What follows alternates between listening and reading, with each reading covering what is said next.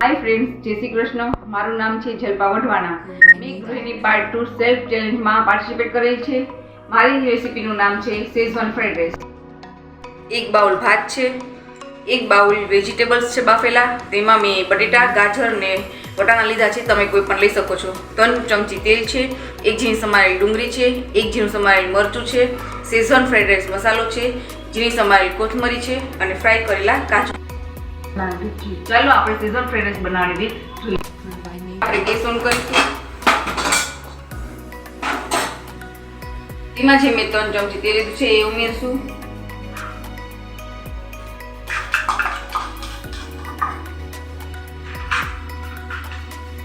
તેલ ગરમ થાય એટલે ડુંગળી નાખીશું.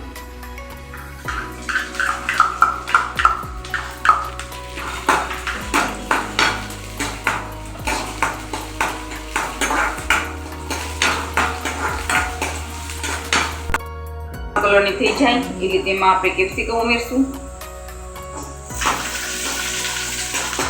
ગેસ જરા ધીમું કરી નાખશું.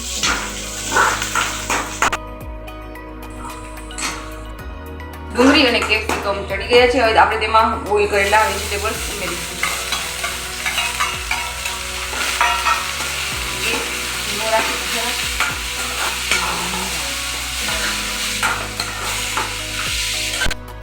વેજીટેબલ્સ સરખા મિક્સ થઈ ગયા છે. હવે આપણે એમાં શેઝવાન ફ્રાઈડ રાઈસ મસાલો ઉમેરશું.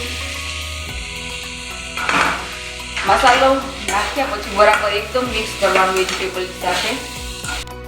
ફ્રાઈડ રાઈસ મસાલો વેજીટેબલ્સ સાથે મિક્સ થઈ ગયો છે.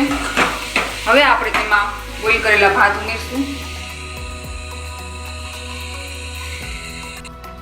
હવે આપણે ભાતને એકદમ આમ વેજીટેબલ્સ જોડે શેઝવાન ફ્રાઈડ રાઈસ મસાલા જોડે મિક્સ કરીશું. ભાત, વેજીટેબલ્સ, શેઝવાન ફ્રાઈડ રાઈસ મસાલો બધું જ સરખું બરાબર મિક્સ થઈ ગયું છે. હવે આપણે તેમાં ઝીણી સમારેલી કોથમરી ઉમેરશું. હવે તેમાં ફ્રાય કરેલા કાજુ ઉમેરશું.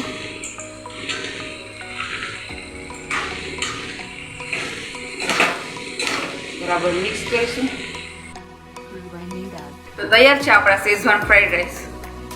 હવે આપણે તેમને સર્વિંગ પ્લેટમાં સર્વ કરીશું. સર્વિંગ પ્લેટમાં સર્વ કરીશું.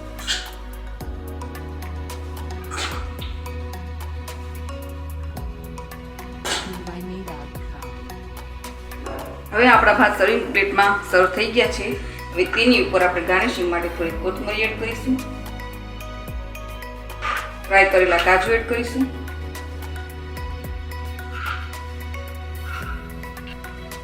હવે આપણા શેઝવાન ફ્રાઈડ રાઈસ સર્વિંગ પ્લેટમાં સર્વ થઈ ગયા છે.